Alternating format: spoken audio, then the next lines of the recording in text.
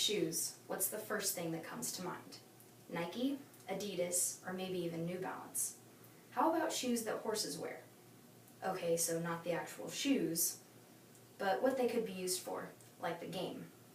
Horseshoes have been a pastime for years, being played at cookouts, family gatherings, and reunions. But have you ever thought about the actual sport, the actual game of horseshoes? Starting back in the 2nd century in Western Asia and Eastern Europe, Greece held their annual Olympian Games. There were a series of obstacles and challenges, and one of them was throwing a quoit, or a flattened ring around a pin. Sound familiar? Only the rich could afford a quoit, so the poor men had to use old shoes off of a horse. The rules of the game were first set up by Englishmen, with the stakes set up 19 yards apart. The player would be able to take one step and pitch his quoit. Around the stakes, clay would be packed so the shoe would stick instead of sliding off.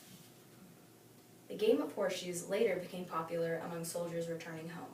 So popular that horseshoe pits were put in cities and communities so everyone could join in and try.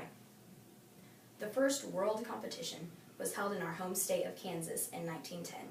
Each game was to 21 points, where ringers counted as 5, leaners 3, and close was a 1.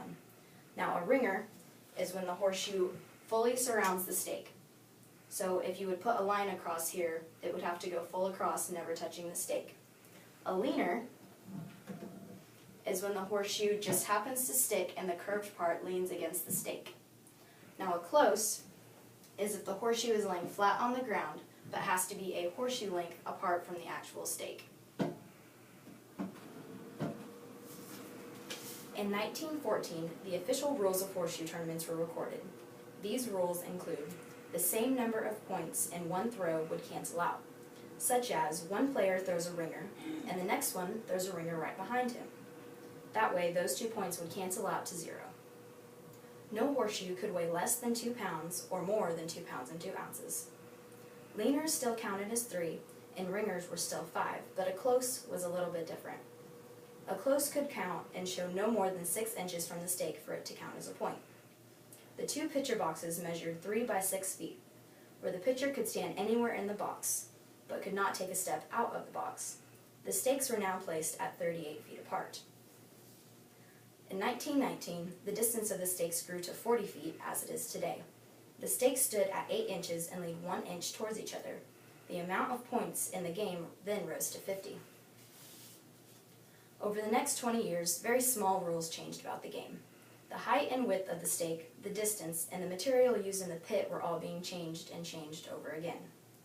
The official rules today, courtesy of NHPA, the National Horseshoe Pitching Association, are now that 2 horseshoes are per person. Pitching divisions are separated by age and skill. There are a men's division, women's division, girls, boys, seniors, which are 60 years or older, and elders, which are 70 years or older. Classes are ranked by skill and ringer percentage, or how many ringers you throw in a game. Classes are then ranked from A to E, A being the best and the top people, and E being probably the beginners. Before a tournament, you must go through preparation. You must be entered by a deadline and go to your assigned court once at the tournament. You have to turn over and water the clay in your pit so it does not dry out. You must spray paint the stakes with white paint that is provided so the stake is more visible when you pitch. You must follow the ringer, single point rules, and if unsure, there will be a judge at the tourney to make a final decision. In most tournaments, you will have to throw 40 shoes, 20 one way and 20 the other way, always following your shoe. And then the best person out of 40 wins. If you are a woman or above the age of 70, you can throw from 30 feet, 10 feet closer. Now the sport of horseshoes is mostly played outside, but more and more courts are being made indoors. So if they want to meet in the winter, they can still throw. Some courts even have lights lining the pits for a glow-in-the-dark tournament. Now horseshoe pitching is just like any other sport, so you have to practice. The motion of a horseshoe pitch is to start with both feet slightly together with a horseshoe at your side. The horseshoe then comes back behind you, and if you step on the opposite foot that you're holding it, you bring it up and release. Now your release point depends on how you're holding the horseshoe, which there are about 3 different ways to hold a horseshoe. One of the first ones is holding it at the toe chalk, which is up at the curved part. with 4 fingers below and your thumb on top.